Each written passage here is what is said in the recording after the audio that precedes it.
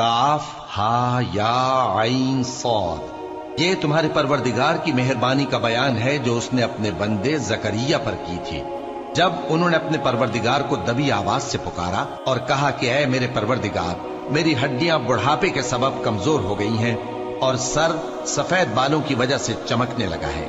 और ऐ मेरे परवरदिगार, मैं तुझसे मांग कर कभी महरूम नहीं रहा और मैं अपने बाद अपने भाई बंदों से डरता हूँ और मेरी बीवी बांझ है, फिर भी मुझे अपने पास से एक वारिस अता फरमा जो मेरी और औलाद याकूब की मीरास का मालिक हो। और ऐ मेरे परवरदिगार, उसको खुश अखलाक बनाइयो। फरमाया, ए जकरिया, हम तुमको एक लड़के की बिशारत देते हैं जिसका नाम याहिया होगा।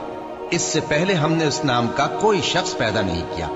उन्होंने कहा कि परवरदिगार, मेरे यहाँ किस तरह लड़का होगा जबकि मेरी बीवी बांझ है और मैं बुढ़ापे की इस हालत को पहुंच गया कि सूख गया हूं। हुक्म हुआ कि इसी तरह होगा।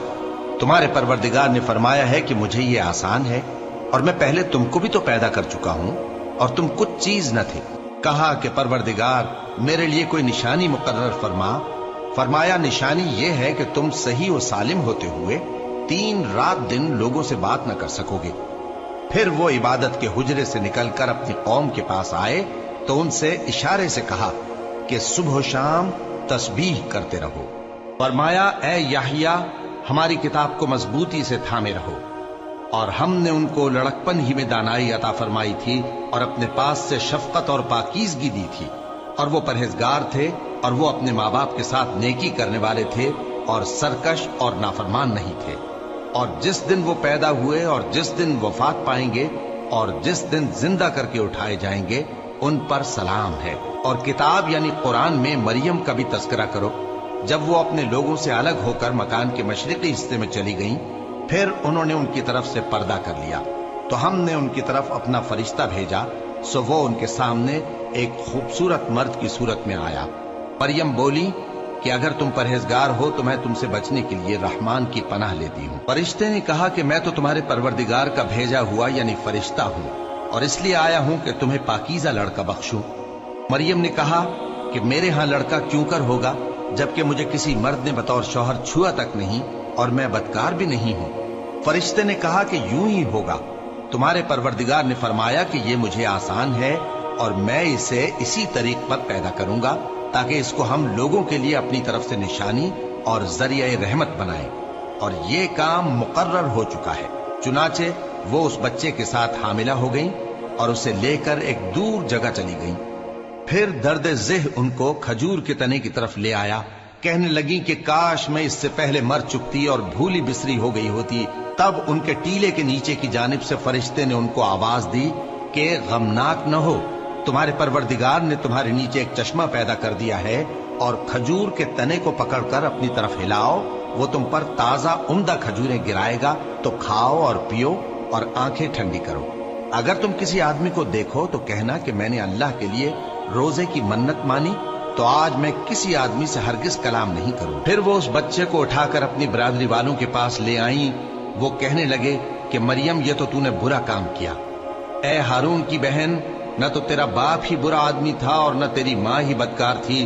तो मरियम ने उस बच्चे की तरफ इशारा किया।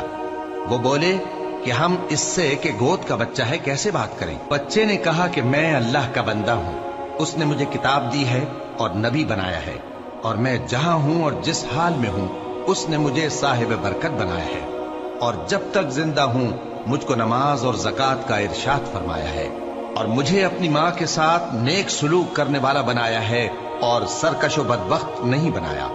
और जिस दिन मैं पैदा हुआ और जिस दिन मरूंगा और जिस दिन जिंदा करके उठाया जाऊंगा, मुझ पर सलाम है। ये मरियम के बेटे ईसा हैं और ये सच्ची बात है जिसमें लोग शक करते हैं। अल्लाह को शाया नहीं कि किसी को बेटा बनाए। वो पाक है, जब किसी चीज का इरादा करता है तो उसको यही कहता है कि हो जा, तो वो हो जाती है। और बेशक अल्लाह ही मेरा और तुम्हारा परवरदिगार है, तो उसी की इबादत करो, यही सीधा रास्ता है। फिर अहले किताब के फिरकों ने बाहम इख्तिलाफ किया, सो जो लोग काफिर हुए हैं उनको बड़े दिन यानी क़यामत के रोज हाजिर होने से खराबी है।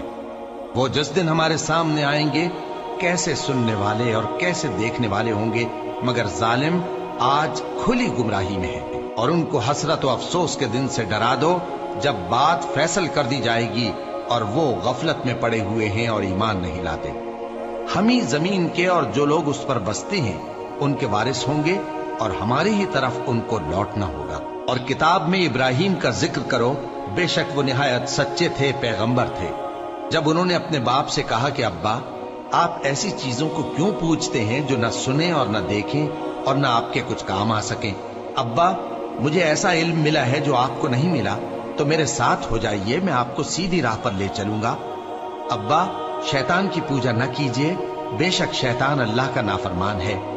ابا، مجھے ڈر لگتا ہے کہ آپ کو اللہ کا عذاب آ پکڑے تو آپ شیطان کے ساتھی ہو جائیں۔ اس نے کہا کہ ابراہیم، کیا تو میرے معبودوں کے خلاف ہے؟ اگر تو باز نہ آئے گا تو میں تجھے سنسار کر دوں گا اور تو ہمیشہ کے لیے مجھ سے دور ہو جا۔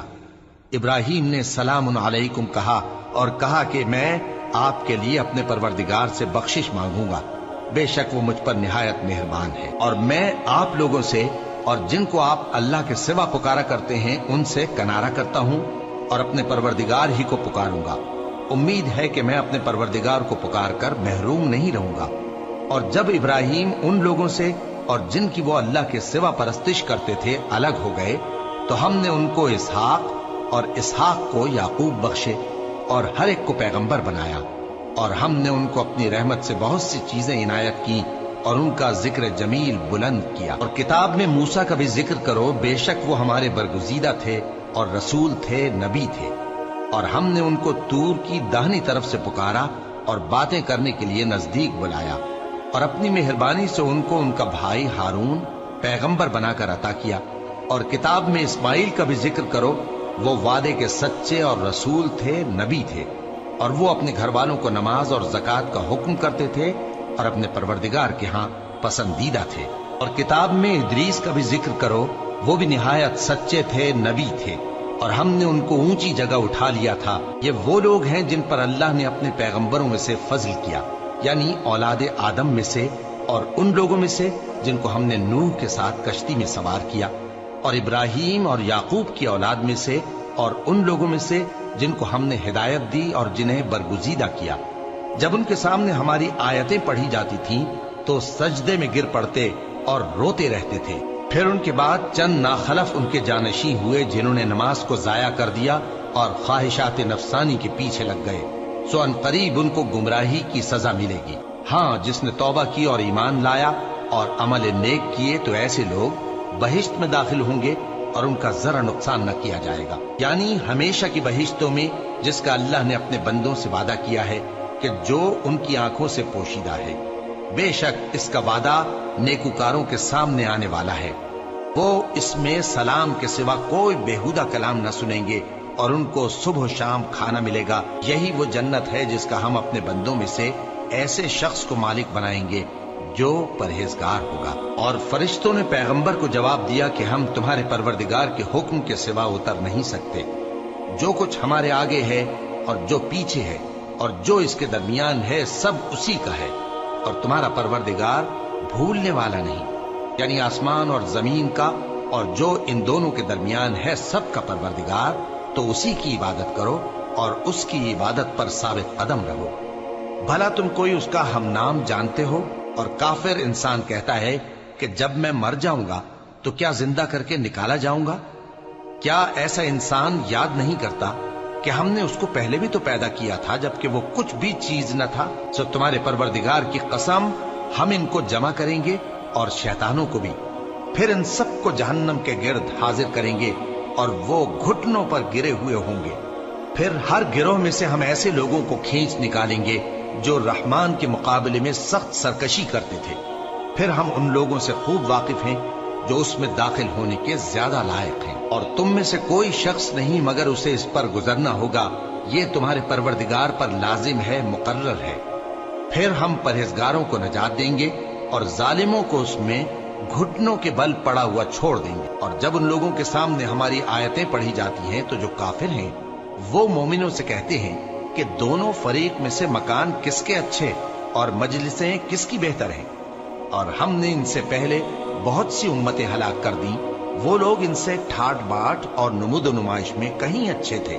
کہہ دو کہ جو شخص گمراہی میں پڑا ہوا ہے रहमान उसको आहिस्ता आहिस्ता मोहलत दिया जाता है, यहां तक कि जब उस चीज को देख लेंगे जिसका इनसे वादा किया जाता है, खा अजाब और खा कयामत, तो उस वक्त जान लेंगे कि मकान किसका बुरा है और लश्कर किसका कमजोर है। और जो लोग हिदायत याब हैं, अल्लाह उनको ज्यादा हिदायत देता है, और नेकियां जो बाकी रहने वाली हैं वो तुम्हारे परवरदिगार के यहाँ सिले के लिहाज से खूब और अंजाम के एतबार से बेहतर है। भला तुमने उस शख्स को देखा जिसने हमारी आयतों से कुफ्र किया और कहने लगा कि अगर मैं अस्सर नौ जिंदा हुआ भी तो यही माल और औलाद मुझे वहां मिलेगा? क्या उसने गैब की खबर पाली है या अल्लाह के यहाँ से अहद ले लिया है? हरगिज नहीं। ये जो कुछ कहता है हम उसको लिखते जाते और उसके लिए आहिस्ता आहिस्ता अजाब बढ़ाते जाते हैं, और जो चीजें ये बताता है उनके हम वारिस होंगे, और ये अकेला हमारे सामने आएगा। और उन लोगों ने अल्लाह के सिवा और माबूद बना लिए हैं ताकि वो उनके लिए मूजिब इज्जत हों।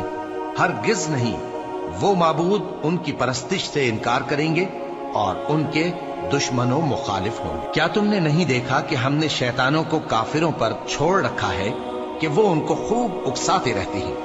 तो तुम उन पर अजाब के लिए जल्दी ना करो कि हम तो उनके लिए दिन शुमार कर रहे हैं। जिस रोज हम परहेजगारों को रहमान के सामने बतौर मेहमान जमा करेंगे और गुनहगारों को दोजख की तरफ प्यासे हाँक ले जाएंगे, तो लोग किसी की सिफारिश का इख्तियार न रखेंगे मगर जिसने रहमान से इकरार ले लिया हो। और कहते हैं कि रहमान बेटा रखता है।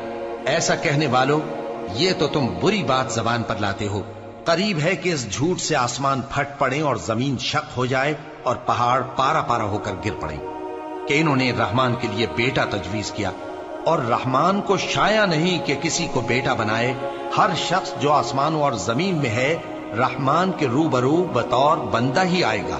उसने इन सब को अपने इल्म से घेर रखा और एक एक को शुमार कर रखा है, और ये सब क़यामत के दिन उसके सामने अकेले अकेले हाजिर होंगे।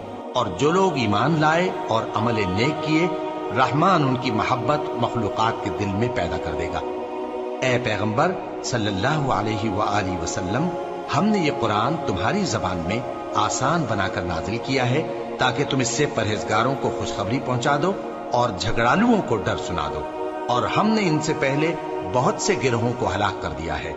भला तुम इनमें से किसी को देखते हो या कहीं इनकी भिनक सुनते हो?